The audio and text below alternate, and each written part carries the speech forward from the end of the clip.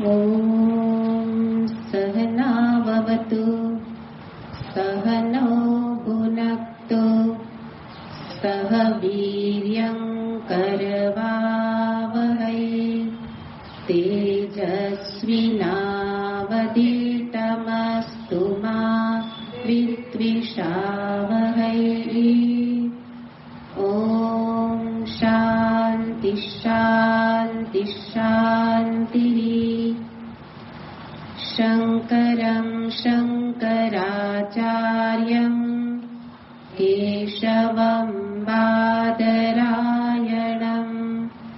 सूत्रभाष्यकृतौ वन्दे भगवन्तौ पुनः पुनः। ईश्वरो गुरुरात्मेति मूर्तिभेदविभागिने व्योमवद्व्याप्तदेहाय दक्षिणामूर्तये नमः। ॐ पार्थाय प्रतिबोधितां भगवता नारायणेन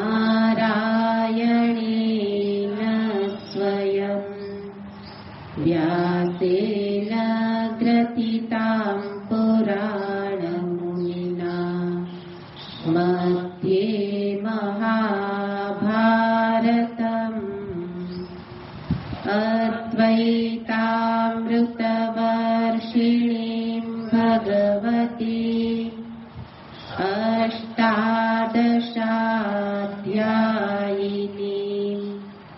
अम्ब त्वामनुसन्दधामि भगवद्गीते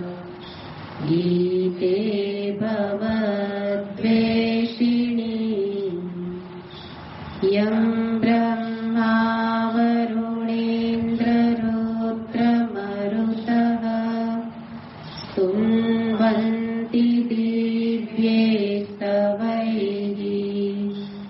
वेदैः साङ्गपदक्रमोपनिषदैः गायन्ति यं सामगाः।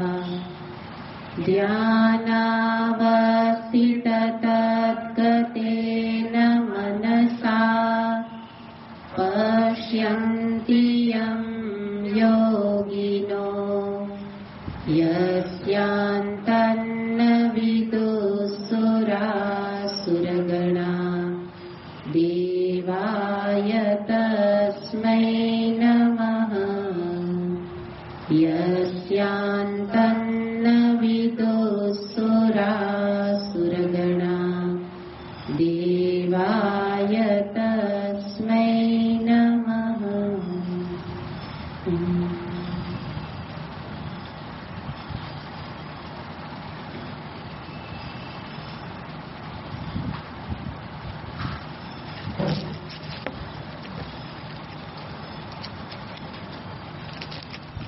धर्म 23मो श्लोक।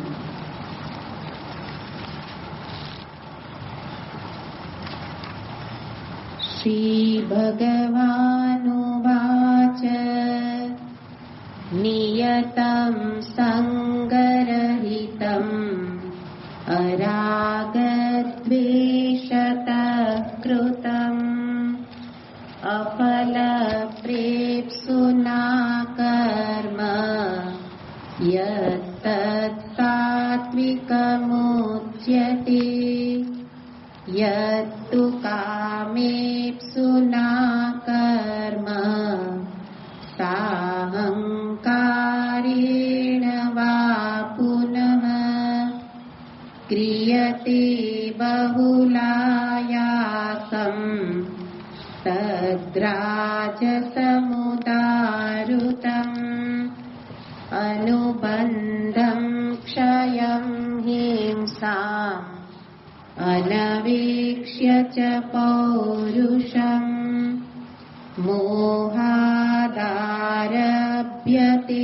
कर्म यत्तत्तामसं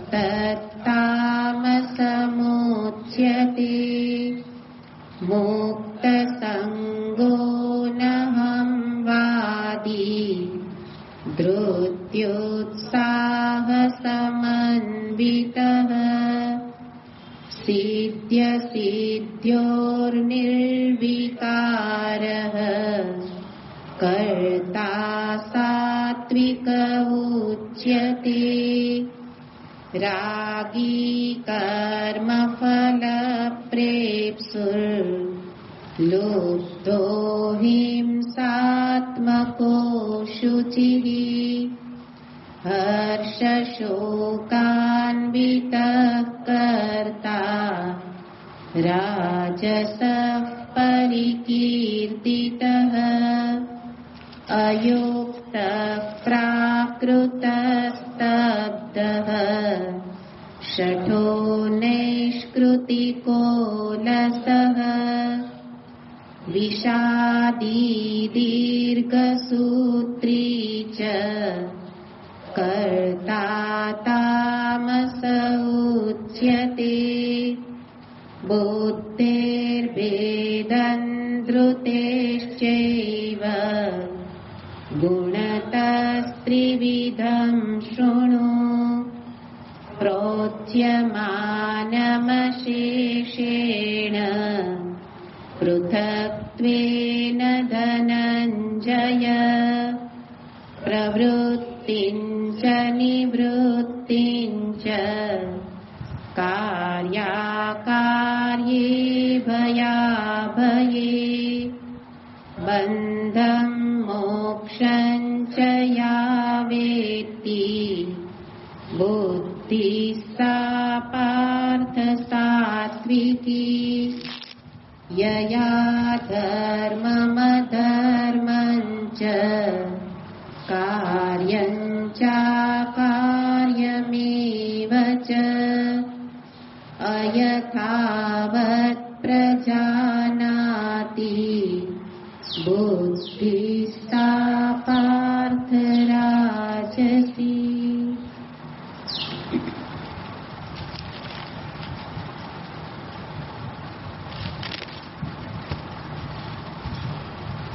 बुद्धेर्भेदं धृतेश्चैव प्रोच्यमानम् अशेषेण। ભગવાને 29મા શ્લોકમાં પ્રતિજ્ઞા કરી કે હે ધનંજય, હું હવે તને બુદ્ધિના અને ધૃતિના ત્રણ ભેદ ગુણને અધીન બતાવીશ. અને એમાંથી પ્રથમ બુદ્ધિના ભેદ ભગવાન અહીંયા બતાવે છે. એમાંથી આપણે સાત્વિક બુદ્ધિ કોને કહેવાય એનો અર્થ ભગવાન કહે છે કે હે પાર્થ, સાત્વિકી બુદ્ધિ ભવ, સાત્વિક બુદ્ધિ વાળો થા. એટલે કે બુદ્ધિને સાત્વિક બનાવવા આ 8 વિષયનું જ્ઞાન મેળવ. એટલે જાણવાનું કહ્યું છે, પણ શું જાણવાનું? તો એના માટે ભગવાને પ્રવૃત્તિ નિવૃત્તિ એવા પ્રકારે 8 શબ્દ પ્રયોગ કર્યા. કાર્ય, અકાર્ય, બંધન, મોક્ષ, એ રીતે ભય, અભય, એ રીતે 8 વિષયનું જેને જ્ઞાન, જેનો વિસ્તારથી આપણે અર્થ જોયો. અને એ પ્રકારે જીવન, એ પ્રકારે બુદ્ધિ બનાવવાની છે. અને એ રીતે બંધન, મોક્ષ, જે મુખ્ય રૂપે આપણે વિસ્તારથી અર્થ જોયો હતો કે જેના માટે જીવન છે, મનુષ્ય જીવન પ્રાપ્ત થયું છે બંધનથી મુક્તિ માટે. એટલે કે એના માટે પેલા વ્યવહારમાં સ્વાધીન થવું પડે. સીધે સીધું આપણે મોક્ષની વાતો કરીએ પણ વ્યવહારથી શરૂ થાય. તો પેલા તો વ્યવહારમાં આપણે 2 અર્થ જોયા કે વ્યાવહારિક બંધન શું છે અને પારમાર્થિક બંધન શું છે. તો બંધનનો અર્થ જોયો દુઃખ રૂપતા. બંધન ક્યારેય સુખદ ન હોય. બંધન એનું જ નામ છે કે જેમાં દુઃખ હોય.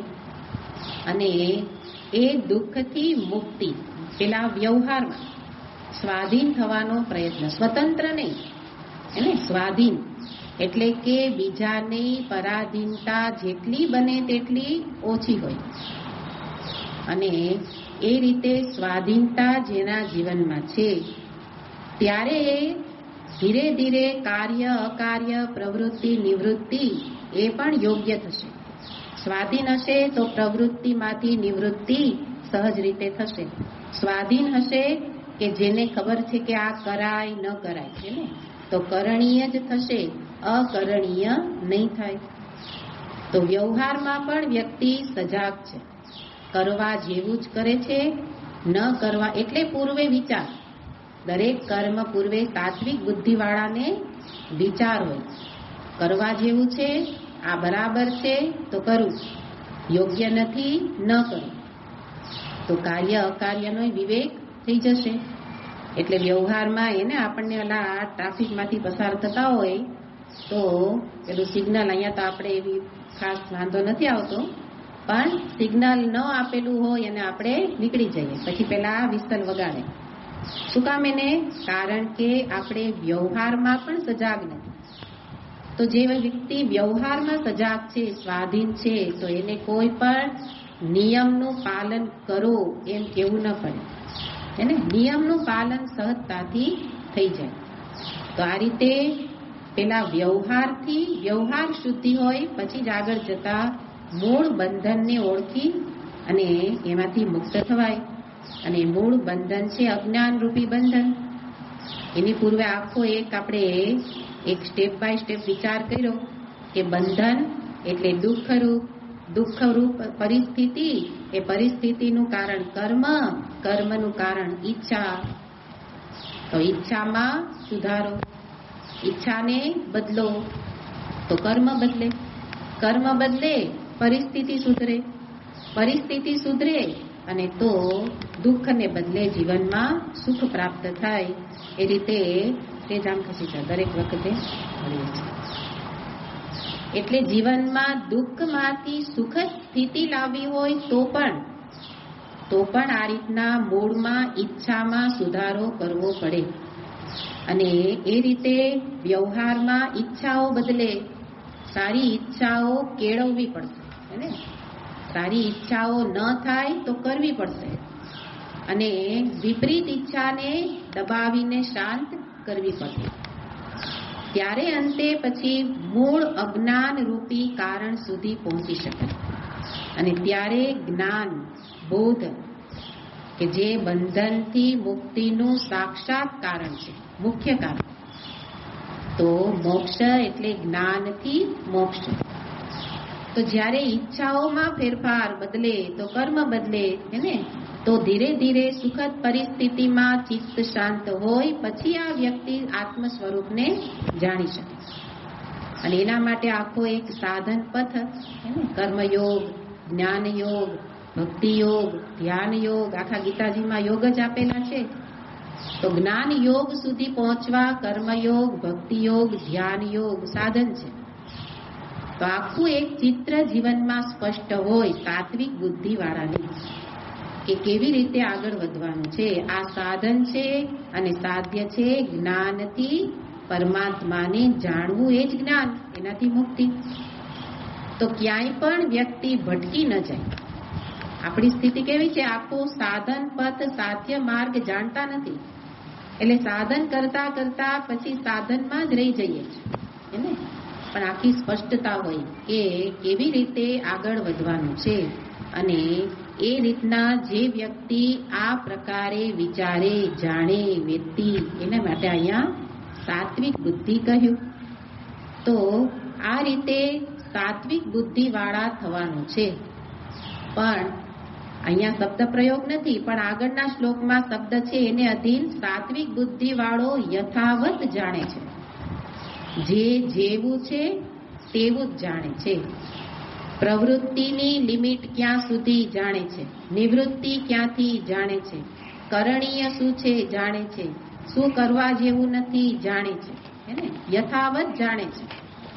પણ એનાથી ઉલટું રાજસ બુદ્ધિ વાળા એ અયથાવત જાણે છે. તો શ્લોકમાં કે છે યયા ધર્મમ અધર્મમ ચ, કાર્યમ ચ અકાર્યમ એવ ચ.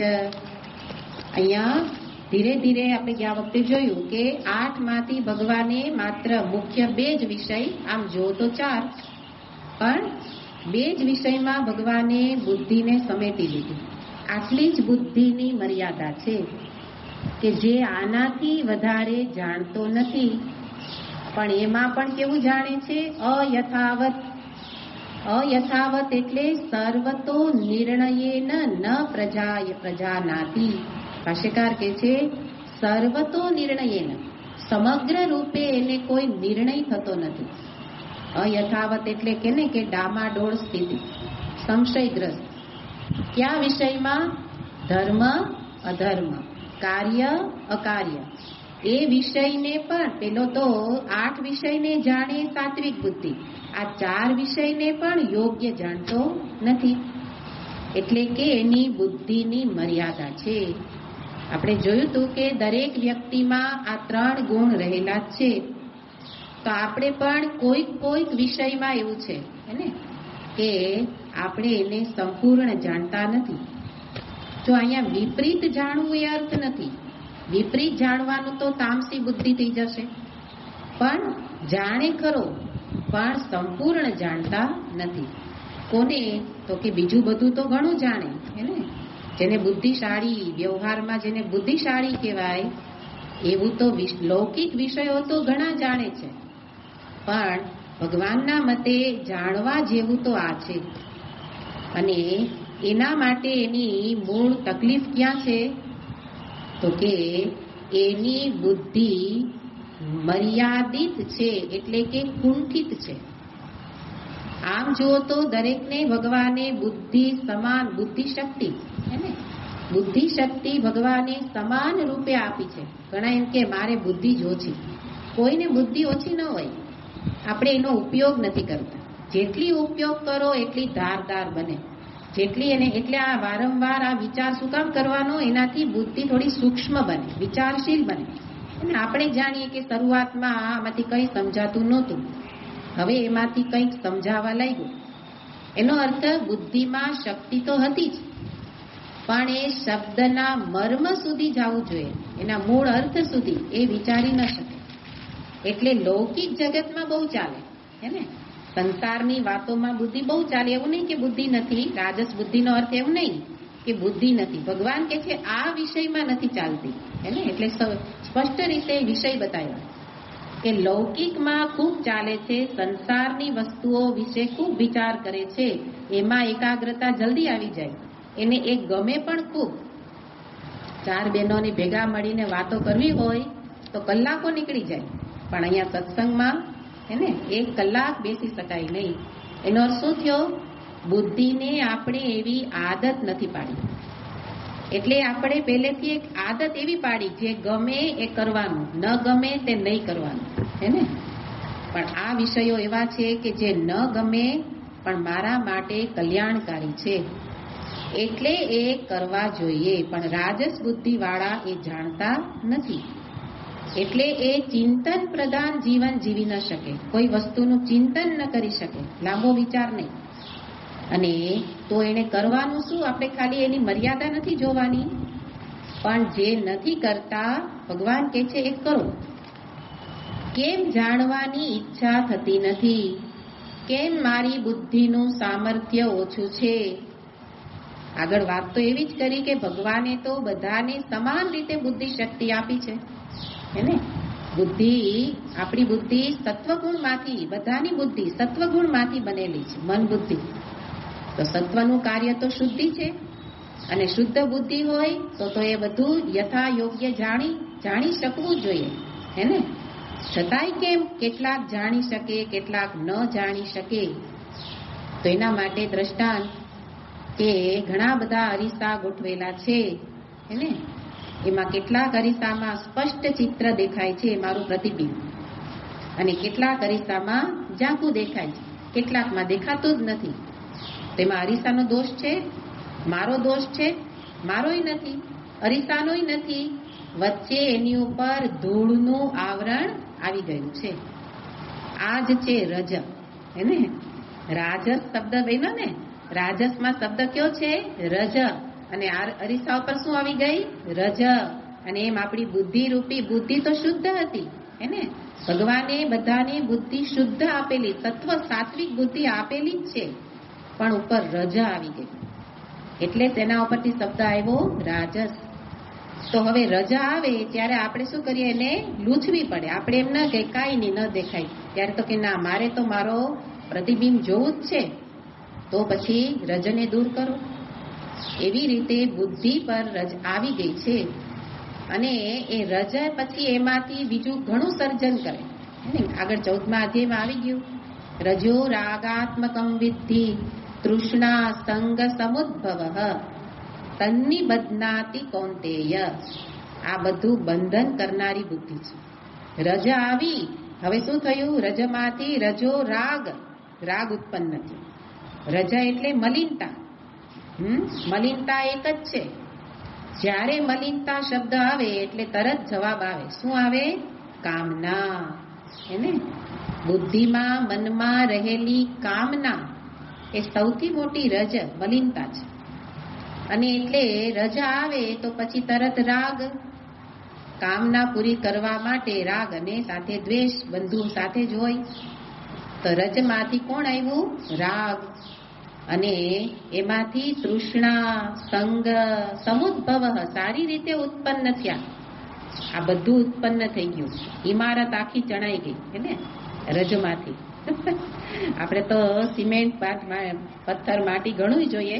આ તો એક રજ એવી શક્તિ ધરાવે કે આખી ઇમારત ચણી દે. રજ, રાગ, તૃષ્ણા, સંગ, સમુદ્ભવ દ્રઢ ઇમારત ચણાઈ ગઈ, હે ને. અને પછી એને શું કર્યું? તન્નિબધ્નાતિ કૌંતેય કર્મ સંગેન દેહિનમ. અને પછી વ્યક્તિને કર્મમાં જોડી દીધી. એટલે હવે શું લાગવા લાગ્યું? કર્મ જ અંતિમ છે. કર્મ સાથે સંગ થઈ ગયો. મૂળમાં કોણ હતું? રજ. તો હવે ભગવાન તો અહીંયા મૂળ જ બતાવે છે કે જાણતા નથી એનું કારણ બુદ્ધિની તકલીફ નથી. બુદ્ધિ વગરના કોઈ નથી. ભગવાન મૂઢ કહે ને ત્યારે ભગવાન એક પ્રકારનો આક્રોશ કરે છે કે તું મૂઢ નથી, પણ મૂઢ જેવો તારી વર્તણૂક છે, બાકી બુદ્ધિ કોઈની મૂઢ છે જ નહીં. તો હવે આપણને કારણ મળ્યું કે એની ઉપર રજ આવરણ આવી ગયું છે, તો હવે એને દૂર કરવાનો પ્રયત્ન. અને એના માટે ફરીને અહીંયા બતાવે છે એમ ચિંતન, વિચાર. બુદ્ધિ ચિંતન કરતી નથી, એને કરાવો. કોનું ચિંતન કરાવો? આ અધ્યાત્મ વિષયોનું ચિંતન. અને એ પ્રકારે ખાલી જાણવાનું નથી, એ પણ જોવાનું છે કે અધ્યાત્મ વિષય એટલે ધર્મ શું છે, અધર્મ શું છે, કાર્ય શું, અકાર્ય. ચાલો વ્યાખ્યા બોલી નાખો, હે ને. એમ પેલું ભૌતિક વિદ્યાની જેવું આ ભણતર નથી, હે ને. એટલા માટે સાથે જીવન જીવવાની વિદ્યા છે. ધર્મને જાણવું, ધર્મનું પાલન કરવું. અધર્મને જાણવું, અધર્મને છોડવું. કાર્ય, કર્તવ્ય શું છે જાણવું, કરવું. અકર્તવ્ય છોડવું.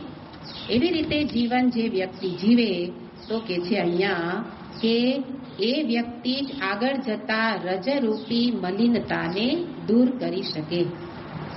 અને એના માટે શું જાણવાનું છે? તો કે છે એના માટે જાણો ધર્મ એટલે શું.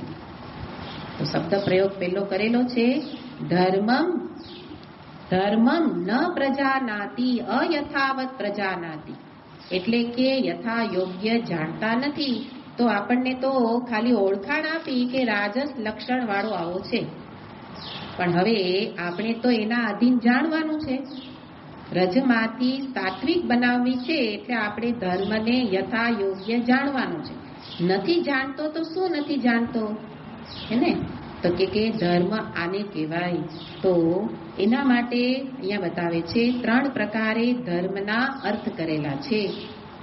કારણ કે આગળ શબ્દ પ્રયોગ આવી ગયો છે સાત્વિક બુદ્ધિમાં કાર્ય. અને અહીંયા પણ શબ્દ પ્રયોગ આવ્યો કાર્યમ ચ અકાર્યમ. તો શાસ્ત્રમાં જ્યારે એકનો એક શબ્દ પાછો આવે ત્યારે એને પુનરુક્તિ દોષ કહેવાય.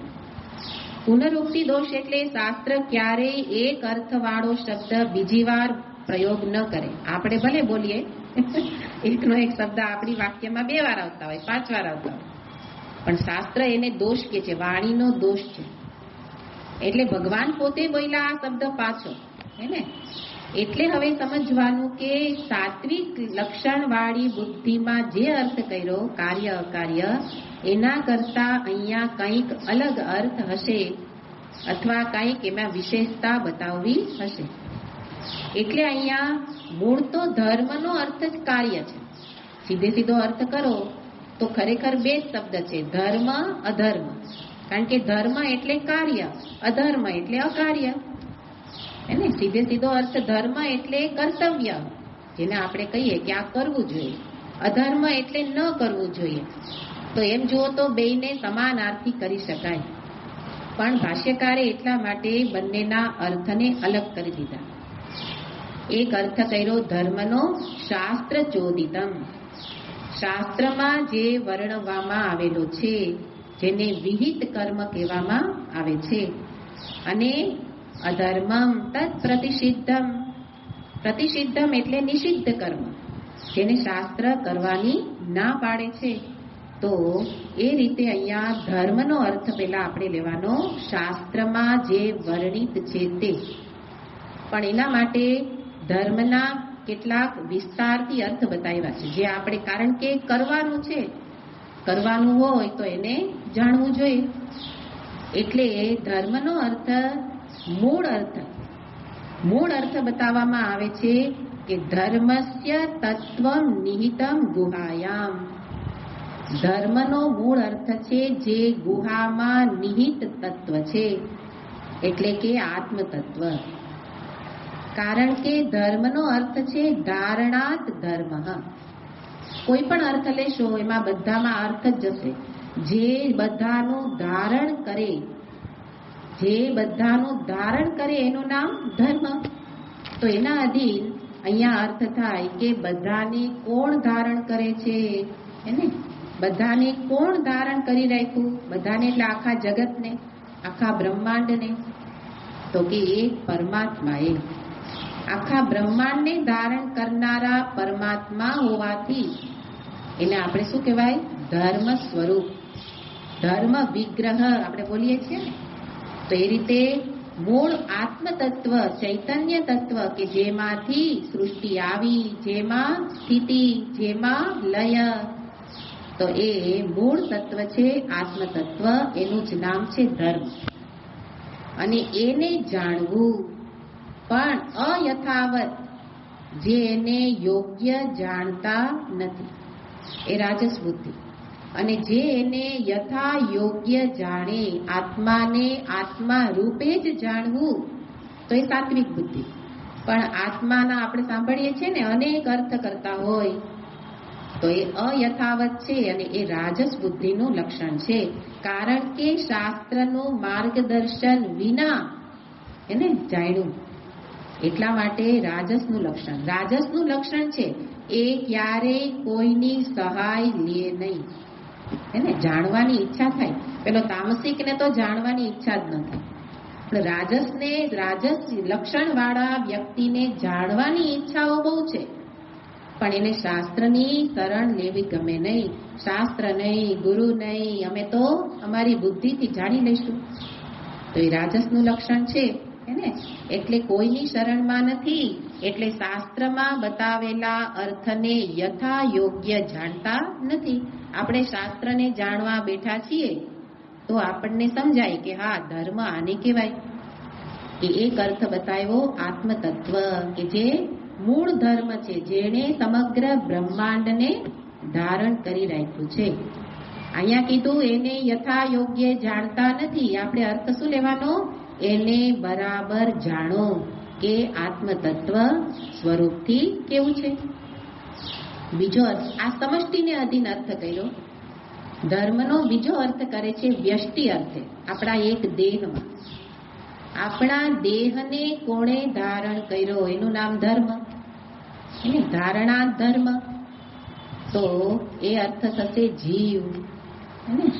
જીવે એના કર્મ કર્યા અને કર્મના ફળ ભોગવવા શરીર મેળવું, શરીર, ઇન્દ્રિય, મન, બુદ્ધિ આખો સંઘાત. એ કોના કારણે? કોના પાપના કારણે? જીવના. હે ને? આ જીવ ભાઈએ જીવ બનીને, કર્તા બનીને કર્મ ન કર્યું હોત તો શરીર રૂપિયા સંઘાત પ્રાપ્ત ન થાય. પણ હવે એ જીવે એના કર્મ કર્યા તો ફળ ભોગવવા સંઘાત શરીર પ્રાપ્ત થયું, અને પછી એ જીવ અંદર બેઠો બેઠો બધું કરે, એ ભોગવે અને શરીરને એ ધારણ કરે. તો ધારણા ધર્મ તો જીવ અર્થમાં જશે. એટલે ભગવાને ગીતાજીમાં કીધું છે, જીવ ભૂતા મહાબાહો યયેદમ ધાર્યતે જગત. એને જો આ બધા અર્થ આગળ આવી ગયેલા હોય. જીવ ભૂતા મહાબાહો યયા ઇદમ સર્વમ. આ બધું જીવભૂત એટલે કે બધા જીવ સૃષ્ટિએ બધું ધારણ કરી રાખ્યું. બ્રહ્માંડને પણ જોવા જાવ ને તો આ બધા જીવોએ કર્મ ન કર્યા હોત તો ભગવાને સૃષ્ટિ બનાવવી જ ન પડે. એટલે મૂળ જે મૂળમાં છે કોણ? બધાના મૂળમાં જીવ છે, જીવ ભાવ. હે ને? કે જેણે બધું ધારણ કર્યું. તો એક શરીરને અધીન જીવ અર્થ થશે કે જેણે ધારણ કરી રાખ્યું છે. અને ત્રીજો અર્થ છે વેદ, જેને કહેવાય આચાર સંહિતા. ધર્મ એટલે આચાર સંહિતા, જેમાં ધર્મનું યથાયોગ્ય વર્ણન છે. એ વેદને પણ ધર્મ શબ્દથી કહેવાય. કેમ? કારણ કે વેદના બતાવેલા કર્મ, વિહિત કર્મ એ કરીએ તો આપણું જીવન ધારણ થાય. આપણું જીવન યથાયોગ્ય ધારણ ક્યારે થાય? વેદમાં બતાવેલા યથાયોગ્ય વિહિત કર્મ કરીએ ત્યારે. એટલે વેદમાં આપણને આચરણ બતાવેલું છે. આચરણ એટલે આ કરો, આ ન કરો. તો આચરણ એટલે કરવાનું છે. તો એના ઉપરથી શબ્દ આવ્યો આચાર સંહિતા. પછી આપણે કહીએ ને આચાર સંહિતા લાગુ પડી ગઈ, પણ આપણને ખબર ન હોય કે આચાર સંહિતા એટલે શું. તો કે હવે પછી કાયદા કાનૂન મુજબ કરવાનું. એ રીતે આપણે આચાર સંહિતા, જેને કહેવાય બંધારણ, આપણું બંધારણ એ બન્યું તો બંધારણ દરેક દેશમાં હોય. એટલે શું કામ? તો કે બધાએ એ જ મુજબ કાયદા કાનૂન પાલન કરવાના. એકવાર નિશ્ચિત થઈ ગયું કે આ કાયદો બની ગયો, હવે બધા એના કાયદામાં જ રહેશે. એનાથી બહાર જશે તો દંડ થશે. જો બંધારણ ન હોય તો રાજ્ય વ્યવસ્થા થાય નહીં. પણ આ વ્યક્તિએ બનાવેલા બંધારણ કરતા ભગવાને બનાવેલું બંધારણ, વેદ શાસ્ત્ર બંધારણ છે, એમાં બહુ ફેર છે. આપણું બંધારણ બન્યું એમાં તો આ બધી પણ સાથે સાથે આ બધી વાતો જાણવી જોઈએ ને, કે આપણું બંધારણ જ્યારથી બન્યું, આઝાદ થયા એને 70 વર્ષ જેવું તો થઈ ગયું હે ને. 70 વર્ષમાં 700 ફેરફાર થયા બંધારણમાં. શું કામ? દેશ કાળ બદલે, પરિસ્થિતિ બદલે એટલે ભેગા થઈને પછી એમાં સુધારો કરે. તો વ્યક્તિ બનાવે એટલે સુધારો કરવો પડે, કારણ કે એને ખબર નથી કે ભવિષ્યમાં શું થવાનું, પરિસ્થિતિ કઈ આવશે. એટલે બંધારણમાં પરિવર્તન વ્યક્તિગત હોય તો બદલે, પણ આ તો વેદ શાસ્ત્ર કેવા છે? સનાતન. એક વખત ભગવાનના મુખમાંથી કાયદો નીકળ્યો, વેદ શાસ્ત્રમાં લખેલા વાક્યો એને એ કાયદા છે, અને એ નીકળ્યા પછી ક્યારેય ભગવાને એમાં સુધારો નથી કર્યો. પોતે આવે તો પણ એનું પાલન કરે. એ વેદ શાસ્ત્ર, એમાં રહેલા કાયદા એ શું કરે છે? સમગ્ર બ્રહ્માંડને સુવ્યવસ્થિત ચલાવી શકે, ધારણ કરી શકે. એટલા માટે વેદને પણ શું કહેવાય? ધર્મ. આ બધું આ કહેવાય ને ધર્મ શબ્દનો મર્મ. એ વ્યક્તિ જે યથા યોગ્ય જાણતો નથી, એટલે આપણે હવે ધર્મને ક્યાં બાંધી દીધો? ક્રિયા કર્મ ને. એટલે પુરુષોત્તમ માસ આવ્યો તો ને ગયો, તો આપણે એમાંથી ધર્મ વિશે કાંઈ સમજ્યા નથી, પણ આગળથી ચાલી આવેલી ક્રિયાઓ કરી હે ને. ક્રિયાઓ કરી એટલે આપણે ધર્મને શું માનીએ? અમુક ક્રિયા કરીએ એને જ ધર્મ કહેવાય. દીવાબત્તી કરી ધર્મ કર્યો, પણ ધર્મ એટલે શું? તો કે અયથાવત પ્રજાનાતિ, એટલે આપણે કર્મ સાથે ધર્મને જોડ્યું. પણ આ વિચાર ધર્મનો વાસ્તવિક અર્થ કે જે બીજાને ધારણ કરે એનું નામ ધર્મ, તો આપણા જીવનમાં કેવી રીતે લાવવાનું? તો હમણાં જ કીધું કે જે જે ધર્મ સ્વરૂપ છે એનું અનુસરણ કરવું એનું નામ ધર્મ. ધર્મ સ્વરૂપ ક્યાં કીધા? આત્મતત્વ, ઈશ્વર જેને કહીએ ને, કે વેદશાસ્ત્ર, તો એ મુજબ બતાવેલા ધર્મ મુજબ આચરણ કરવું એનું નામ ધર્મ. આચાર સંહિતા બંધારણ બનાવે તો એ આચરણ કરવા માટે છે ને, ખાલી જાણવા માટે નહીં. આપણને ખબર છે સાચું બોલવું જોઈએ, ખોટું ન બોલાય, આપણને આ વાક્યો ખબર છે, પણ આચરણ એમાં ન આવે. એટલે જ આગળ કીધું આ જીવન જીવવાની વિદ્યા છે. ધર્મ એ જીવનમાં અમલ કરવો પડે. આ માત્ર જાણવાની, આ જ્ઞાન જેવું નથી, આ કરવું પડશે. એને એવી રીતે કરે તો જે ધર્મનું પાલન કરે એને જીવનમાં શાંતિ મળે. એનો અર્થ આપણે જે રીતે આચરણ કરીએ એવું આચરણ હોય કે મારી હાજરી બીજાને શાંતિ આપે, ત્યારે સમજો કે આપણે ધર્મનું પાલન કર્યું છે ને. નહીતર ચિત્તમાં જ અશાંતિ હોય, ઉકળાટ હોય, તો બીજાને શાંત બેઠા હોય એને ઊભા કરી દે. અશાંતિ એ તો સામસામું છે ને બધું. એટલે ચિત્ત કેવું હોય? જો ધર્મ પાલન યથા યોગ્ય થયું હશે તો ચિત્તમાં ધર્મ વણાઈ ગયેલો અને એનું આચરણ એને ધારણ કરશે અને એની શાંતિ ધારણ કરી રાખશે. એ શબ્દ છે ધર્મ. એટલે અનેક અર્થમાં અહીંયા ધર્મ શબ્દ પ્રયોગ કરેલો છે અને એને જે જાણે, એટલે અહીંયા કીધું કો નામ ધર્મ, તો કે યત વેદ વિહિતમ સહધર્મ. અહીંયા ભગવાને જે ધર્મ અધર્મની વાત કરી છે એમાં મુખ્ય અર્થ બતાવ્યો વેદ વિહિતમ સહધર્મ, અને એના માટે જે વેદમાં બતાવ્યા છે એવા કર્મ એ રીતે અહીંયા યથાવત જાણે. અને એનાથી ધર્મ શબ્દને ભગવાને ઉપોદ્ઘાત ભાષ્યમાં બહુ વિસ્તારથી બતાવ્યો છે. અને ત્યાં બે પ્રકારના ધર્મ કહ્યા છે. વિવિધો હિ વેદોક્ત ધર્મ પ્રવૃત્તિ લક્ષણમ નિવૃત્તિ લક્ષણમ. એટલે ધર્મ શું કામ કરે અને કોને ધર્મ કહેવાય. કારણ કે અહીંયા ભગવાને કીધું છે ને કે યોગ્ય જાણતો નથી, એટલે આપણે હવે પ્રયત્ન કરીએ કે યોગ્ય રીતે જાણીએ. કારણ કે બુદ્ધિને કેવી બનાવવી છે? સાત્વિક. તો સાત્વિક બુદ્ધિ બનાવવા હવે આપણને પ્રશ્ન થવો જોઈએ ધર્મ કોને કહેવાય ને, એટલે આપણે જાણવાનો પ્રયત્ન કરીએ. પણ ભગવાન ભાષ્યકારે ત્યાં ઉપોદ્ઘાત એટલે એ પ્રારંભિક ભાષ્ય, જે ગીતાજીની શરૂઆતનું ભાષ્ય, એમાં વિસ્તારથી ધર્મનું જ નિરૂપણ કર્યું છે. અને ત્યાં બતાવ્યું છે જગતઃ સ્થિતિ કારણમ. આ ધર્મ શું છે? જગતને ટકાવી રાખવાનું કારણ છે. એટલે જ ભગવાન કહે ને કે જ્યારે ધર્મ એનો હ્રાસ થવા લાગે, ધર્મ ઓછો થવા લાગે, ત્યારે ભગવાન અવતાર ધારણ કરે. યદા યદા હિ ધર્મસ્ય ગ્લાનિ ભવતિ. તો જુઓ કે ધર્મ હતો ત્યાં સુધી ભગવાનને ન આવવું પડ્યું, કારણ કે ભગવાનની વાણીથી, વચનથી, વેદ વચનથી બધા જીવતા હતા હે ને, કે ભાઈ વેદ શાસ્ત્ર કે છે આ રીતે કરાય, આમ ન કરાય, એવું જીવન હતું, વૈદિક જીવન હતું. તો ભગવાનને અવતાર લેવો ન પડે, કારણ કે ધર્મ જ, આપણું આચરણ જ જગતને ધારણ કરી રાખતું હતું. બધા શાંતિ સુખ શાંતિથી રહેતા હતા. પણ અધર્મ વધ્યો અને ભગવાનને આવવું પડે. તો ધર્મ છે એટલે કીધું કે એ જગતની સ્થિતિ ટકાવી રાખે અને એનું પાલન કરે. એને શું ફળ મળે? આપણે કહીએ કે ધર્મ તો જાણ્યો, એનું પાલન કરીએ, શું કરો? ફળ શું મળે?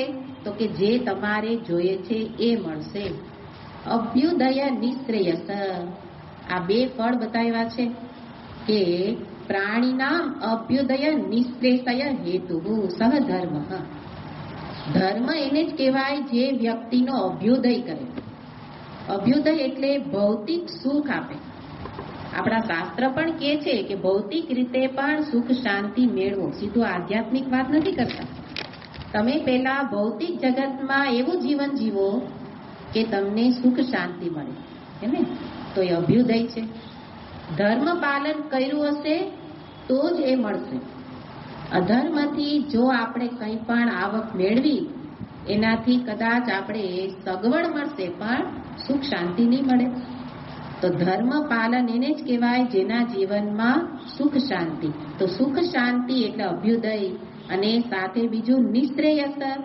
અને એ જ ધર્મ પાલનથી આગળ જતા એ મોક્ષ પ્રાપ્તિ, નિશ્રેયસ એટલે મોક્ષની પ્રાપ્તિ પણ કરી શકે. તો આ બંને ધર્મના ફળ છે. એ બંને આ રીતે ધર્મ પાલન કરનારી વ્યક્તિ એને પ્રાપ્ત થાય છે. અને માટે શું કરે? તો ભગવાને ત્યાં આદેશ કર્યો છે, બ્રાહ્મણાદ્યૈ વર્ણૈ અનુષ્ઠીયમાનાનામ. માટે બ્રાહ્મણાદ્યૈ એટલે 4 વર્ણ, 4 આશ્રમ, વર્ણૈ એના વડે શું કરે? આ બતાવવામાં આવેલો છે એ ધર્મનું અનુષ્ઠાન કરે, ખાલી જાણે નહીં, હે ને? અનુષ્ઠાન શબ્દ છે એટલે કે આચરણ કરે, એ મુજબ જીવન જીવે. અને ત્યારે એને કહેવાય જીવનમાં ધર્મ જાણ્યો. ભગવાન અહીંયા વેત્તિ શબ્દ કે છે એ ખાલી બુદ્ધિમાં યાદ રાખવા માટે નહીં, પણ પરિસ્થિતિ આવે તરત પ્રશ્ન મનમાં ઉઠે, આ ધર્મ છે કે અધર્મ? અને કેવી રીતે નક્કી કરવું? તો એનું નક્કી કરવા માટે હવે આપણે પ્રેક્ટિકલ જોવાનું, જે ગીતાજી બતાવે છે અર્જુનના દ્રષ્ટાંતથી. કે હવે અર્જુનની સામે જુઓ કે અર્જુનની સામે પરિસ્થિતિ આવી, યુદ્ધરૂપી પરિસ્થિતિ. આપણે એને અર્જુનના મનમાં પ્રશ્ન થયો કે આ ધર્મ છે કે અધર્મ? પ્રશ્ન નહીં, નિશ્ચય કરી નાખ્યો, આ તો અધર્મ છે, માટે હું કરીશ નહીં. ઘણી લડાઈ કરી હતી, હે ને? પણ અત્યારે એને આ ધર્મ, આ યુદ્ધ એને કેવું લાગ્યું? અધર્મ. અને એની પાછળનું કારણ એને બતાવ્યું કે એનાથી મારા આ જેટલા પૂજાર હોવ અરિસૂદન, જે કંઈ પૂજા યોગ્ય લોકો છે એનો નાશ થઈ જશે, માટે યુદ્ધ અધર્મ છે. તો આપણે રાજસ બુદ્ધિવાળા હોઈએ તો તરત એની બાજુમાં બેસી જાય, હા હો અર્જુનભાઈ, તમે હાવ સાચા. એવું કરાય જ નહીં. કોઈ દિવસ દાદાને ગુરુને મરાય? ન મરાય, ન મરાય, તમે સાવ સાચા. એટલે રાજસ બુદ્ધિવાળા બધા એ ધર્મ યુદ્ધ હતું એને શું માનવા લાગશે? અધર્મ. કારણ શું? એનું પરિણામ વિચાર કર્યો નહીં. આપણે હવે જુઓ કે આપણે અમલમાં લાવવાનું છે કે ધર્મ જીવનમાં લાવવાનું, અનુષ્ઠીયમાન એટલે અનુષ્ઠાન કરવાનું છે, આચરણમાં મૂકવાનું છે. પરિસ્થિતિ આવી એટલે તરત આપણે નિર્ણય કરી નાખ્યો તો રાજસ બુદ્ધિ છે. પણ સાત્વિક બુદ્ધિનું લક્ષણ છે કે એ પરિસ્થિતિ આવી તો પેલા વિચાર કરવો. વિચાર કોનો કરું? આમ કરીશ તો એનું પરિણામ શું આવશે, હે ને? તો પરિણામ, યુદ્ધનું પરિણામ શું આવવાનું હતું? જો અર્જુન એને અધર્મ કે અને લડે નહીં તો પરિણામ શું આવે? ફરી અધર્મ વધતો જાય. કારણ કે આ બધા સમાજના ફોડલા, દુર્યોધન જેવા, એને શરીરમાં ફોડલો થાય તો આપણે તરત સર્જરી કરાવવી પડે. એવી રીતે આ બધા અધર્મી લોકો સમાજમાં ફોડલા જેવા છે, કંસ કયો કે દુર્યોધન, હે. એટલે ત્યાં ભગવાને કહેલું હતું કે આ તું અત્યારે એક અર્જુન તરીકે કોઈનો પુત્ર નથી, હે ને, કે કોઈનો શિષ્ય નથી. અત્યારે તું સેના નાયક છો. તું વ્યક્તિ તરીકે ઊભો હોય અર્જુન તરીકે તો તારે સામે દાદા બોલાય, તારે ગુરુ કહેવાય. પણ અત્યારે તું સેના નાયક છો એટલે તારે આખી સેનાનો પણ વિચાર કરવો જોઈએ, હે ને? કે આખી સેનાનો ધ્વંસ થઈ જશે જો તું યુદ્ધ નહીં કરે તો. અને એટલે એટલા માટે આ ભલે એ કેને કે એની પાછળ ઘણો બધો નાશ થયો, નાશ એટલે સંપૂર્ણ નાશ થયો, પણ છતાંય ભગવાને એને ધર્મ યુદ્ધ કીધું કે અર્જુન તારા માટે ધર્મ છે. એટલે હવે આપણને આગળના શબ્દમાં લઈ જાય છે, કાર્ય અકાર્ય. ધર્મ વિશે આપણે સમષ્ટિ એક સમૂહના અધીન અર્થ જોયો. સામાન્ય ધર્મ જેને કહેવાય કે બધા લોકોએ કેવી રીતે વર્તન કરવું જોઈએ કે જેને ધર્મ કહેવાય, કેવી રીતે વર્તન ન કરવું જોઈએ જેને અધર્મ કહેવાય. તો કે જેનું પરિણામ સારું આવે એને ધર્મ કહેવાય, જેનું પરિણામ ખરાબ આવે એને અધર્મ કહેવાય. આપણે ઘણી વ્યાખ્યાઓ જોઈ લીધી, પણ આપણને કરતી વખતે પાછું ડામાડોળ સ્થિતિ થઈ જાય તો અયથાવત હે ને, તો વળી રાજસમાં જતા રહીએ. એટલે હવે યથાવત જાણવાનું છે કે પરિણામ ઉપર દ્રષ્ટિ રાખવું. આમ બોલવું, આપણે બોલતા આવે બોલી નાખ્યું હે ને, અને પછી પરિણામ આવે ત્યારે મનમાં ગ્લાનિ થાય. એને બદલે સાત્વિક બુદ્ધિવાળો શું કરે? બોલતા પહેલા વિચાર કરે કે આ બોલીશ એનું પરિણામ શું આવશે હે ને. તો જુઓ કે હવે બોલવા રૂપી કર્મય બની ગયું ધર્મ. તો હવે ક્યારે જૂઠનો સહારો લઈએ જ નહીં. કેમ ન લઈએ? કારણ કે એનું પરિણામ ખરાબ આવે. ભગવાને જે નિષિદ્ધ કર્મ કીધા છે એ આપણને જો પ્રશ્ન થાય ને, બાળકો કે કેમ એમ, તો તરત જવાબ, એનું પરિણામ વિચાર કર. સુરામ ન પીબેત, કલંજમ ન ભક્ષેત. કેમ એમ? માંસાહાર કેમ નહીં કરવાનો, શરાબ કેમ નહીં પીવાની? અમને ભાવે છે તો પીએ હે ને, તો કે પી. પણ એનું પછી તારી હાલત, તારી પરિણામ એટલે તારી હાલત જોજે હે ને. કે માંસાહાર કરીએ શું વાંધો, હાલત જુઓ, કેટલાનો સંહાર કર્યો, એ પાપના પોટલા તારા માથે ચડશે, પરિણામ તારે ભોગવવાનું છે. એટલે ભગવાન કહે છે કે અધર્મ કેમ નહીં કરવાનો કારણ સહિત, કે ધર્મનું કારણ આપ્યું, તમારો અભ્યુદય નિશ્રેયસ કરશે. હવે અધર્મનું કારણ સમજી લો કે તમારા અભ્યુદય નિશ્રેયસ ક્યારેય થશે નહીં. ધર્મના કારણ બતાવી દીધા ને કે ધર્મનું ફળ આ છે કે ધર્મ પાલન કરશો તો આ ફળ મળશે, સુખ જ સુખ મળશે, શાંતિથી જીવન જીવાશે. પણ અધર્મી ક્યારેય શાંતિથી જીવી ન શકે ને. અને એટલા માટે ભગવાન કારણ સહિત વિચાર કરાવે છે કે એટલે હવે આ એક સામાન્ય વાત કરી, એના અધીન હવે બે શબ્દ છે એ વ્યક્તિગત અર્થમાં જાય. કાર્ય અકાર્ય બેમાં આટલો જ ફેર છે તો બેમાં કર્મ, ધર્મમાંય કર્મ છે અને અધર્મમાંય કર્મ છે. એવી રીતે કાર્યનો અર્થ કંઈક કરવું. તો હવે બેયનો અર્થ કર્મ પરક હોય ત્યારે હવે બેયના અર્થમાં ભેદ ક્યાં છે? કેમ ભગવાને બે અલગ અલગ શબ્દ વાપર્યા? એનું કારણ છે કે કર્મ એટલે પેલું કાર્યનો અર્થ કર્તવ્ય. એટલે મારું વ્યક્તિગત કર્તવ્ય શું છે એ અયથાવત પ્રજાનાતિ, એ યોગ્ય રીતે જાણતા નથી રાજસ બુદ્ધિવાળા. એટલે કર્તવ્ય છે એને કર્તવ્ય રૂપે સમજતા નથી.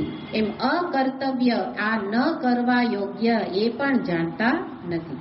એટલે જેને સ્પષ્ટ જ્ઞાન નથી. એટલે અહીંયા કહે છે કે આ કાર્ય અકાર્યનો જેને યોગ્ય નિશ્ચય નથી. તો એક છે વ્યક્તિગત કાર્ય એટલે કાર્ય અકાર્ય, વ્યક્તિગત ધર્મ, અને એક સમાજનું, આખા સમાજને સામે રાખીને કહેવામાં આવે તો ધર્મ અધર્મ. તો વ્યક્તિગત, કેટલાક લોકો વ્યક્તિગત કર્તવ્ય બહુ જાણે તો સમાજનું કર્તવ્ય નથી જાણતા, કેટલાક સમાજના કર્તવ્યમાં લાગી ગયા તો વ્યક્તિગત નથી જાણતા હે ને. એનો અર્થ બધું જ સ્પષ્ટ જ્ઞાન જેને નથી. એટલે બેલેન્સ જેને કહેવાય, સમત્વ. તો વ્યક્તિગત રીતે પણ કરવા યોગ્ય જ કર્મ કરે અને સામાજિક રીતે પણ ધર્મ પાલન, એટલે જે કર્મથી શાંતિની ધારણા થાય, શાંતિ જળવાય એવા કર્મ જે કરે, એ બે વસ્તુ જે કરે તો કહેવાય રાજસ સાત્વિક બુદ્ધિ. પણ ન કરે, પેલા જાણે જ નહીં, એનો અર્થ અહીંયા કે છે કે એને શું સમજો? સા બુદ્ધિ રાજસી. તો એવી રીતે અહીંયા ધર્મને અને કર્મને, કર્તવ્યનો કર્તવ્ય છે એમાં પરિવર્તન થાય. ક્રિયા, કાર્ય અકાર્ય, ધર્મ અધર્મ એ તો વેદ શાસ્ત્રમાં બતાવી દીધા, એમાં પરિવર્તન ન થાય. કારણ આગળ જ જોયું કે ભગવાનનું સનાતન બંધારણ છે, એને આપણે રચીએ તો પરિવર્તન થાય, પણ ભગવાને વેદમાં કહ્યું એટલે એ સનાતન સત્ય. એ પછી ત્રણેય કાળે એવું જ હોય, પણ ક્રિયા કાર્ય અકાર્યમાં પરિવર્તન થાય. જે દેશ કાળ વ્યક્તિ અધિકાર પદ ઇત્યાદિ બદલે એટલે કાર્ય પણ બદલી જાય, કર્તવ્ય. એને આપણે શું સમજીએ કે હંમેશા આપણું તો આ એક જ કર્તવ્ય, પણ હંમેશા કર્તવ્ય સમાન ન હોય. દરેક દેશ મુજબ કર્તવ્ય બદલે, સ્થાન મુજબ. અત્યારે કાળ જુદો છે, કર્તવ્ય બદલે. એને એવી રીતે જે ઘરમાં રહું છું, જે મારું પદ છે એ મુજબ મારું કર્તવ્ય બદલે. એવી રીતે કર્તવ્યને જે પોતાના વ્યક્તિગત પોતે જાણવું પડે, અને એ બરાબર નથી જાણતા એટલે આપણે કર્તવ્યનું પાલન કરી શકતા નથી. તો પેલા ફરી પાછો વિચાર કરવાનો કે અત્યારે આ સમયે મારું કર્તવ્ય શું છે. તો એને સાથે આગળ ધર્મના અર્થમાં લઈ લેવાનું કે આ અત્યારે મારો ધર્મ શું છે, એ મારું કર્તવ્ય. એટલે ધર્મના અર્થને જાણે પણ વ્યક્તિગત રીતે ત્યારે બની જાય કાર્ય, અને ન જાણે તો અકાર્ય. એવી રીતે અહીંયા શબ્દ પ્રયોગ જે કરેલો છે, તો એના માટે આ સામાન્ય શબ્દ અને વિશેષ ધર્મ એવી રીતે પણ અર્થઘટન કરી શકાય. તો જે આ રીતના જાણે, તો જાણવાનું ન જાણવાનું પરિવર્તન ભેદભાવ છે. એક જાણે તો સાત્વિક થઈ જાય, જાણીને કરે, અને બીજો ન જાણે તો કરે જ નહીં ને. એટલે ન જાણવાથી રાજસ બુદ્ધિ, જાણવાથી સાત્વિક બુદ્ધિ. એટલે આ મહાભારતના પાત્રો એ બધા આની અંદર આપણે ગોઠવી શકીએ. કે ભીષ્મ પિતામહ તો કે હતા એ અધર્મના પક્ષમાં, પણ એના જીવનમાં એને ક્યારેય પણ અધર્મનું પાલન કરેલું નથી. એટલે કે એને યથાવત પ્રજાનાતી જાનાતી. એક ભીષ્મ પિતામહ એવા હતા કે જેને પોતાના ધર્મનું સ્પષ્ટ જ્ઞાન હતું.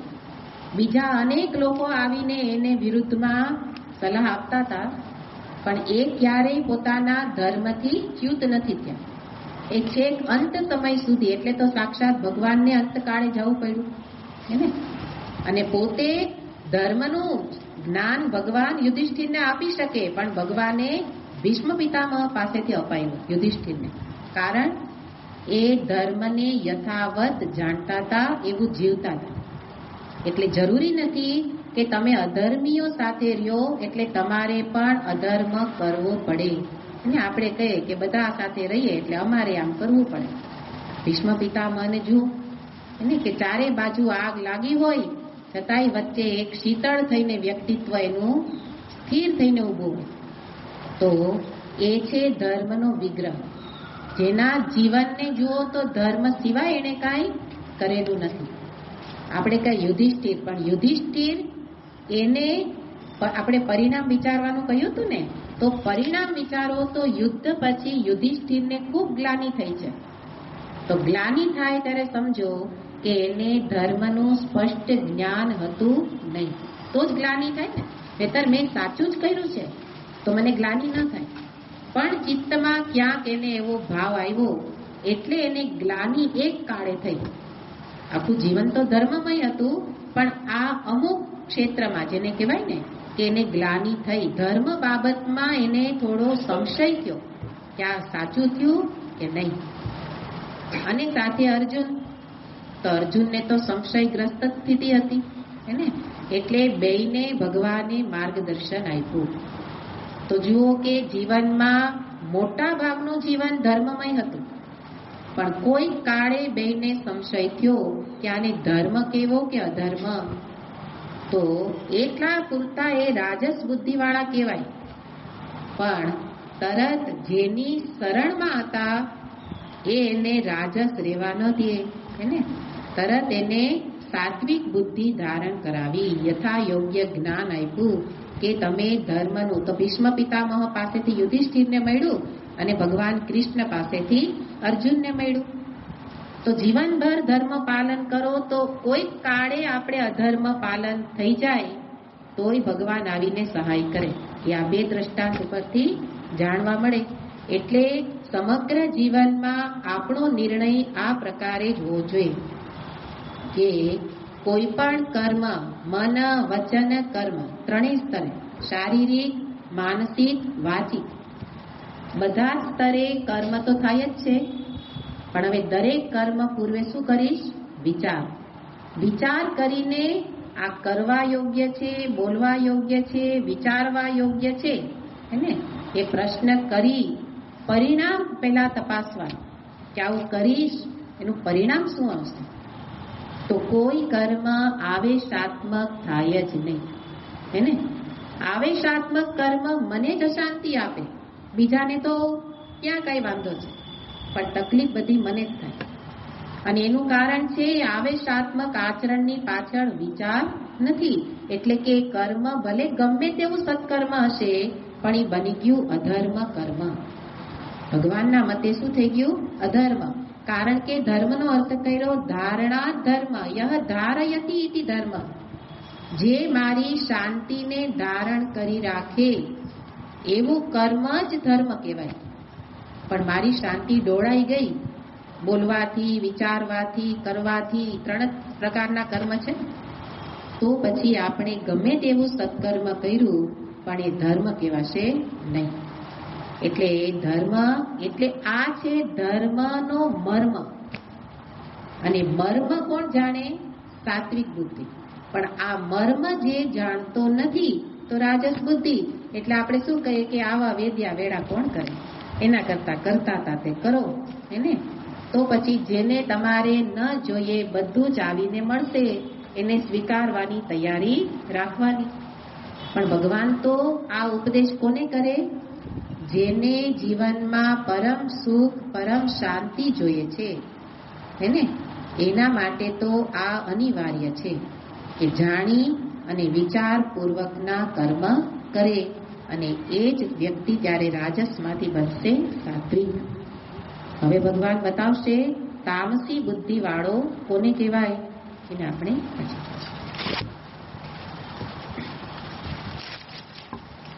ઓમ પૂર્ણમદ પૂર્ણમિદં પૂર્ણાત પૂર્ણમુદચ્યતે પૂર્ણસ્ય પૂર્ણમાદાય પૂર્ણમેવાવશિષ્યતે. ઓમ શાંતિ શાંતિ શાંતિ. હરિ ઓમ. શ્રી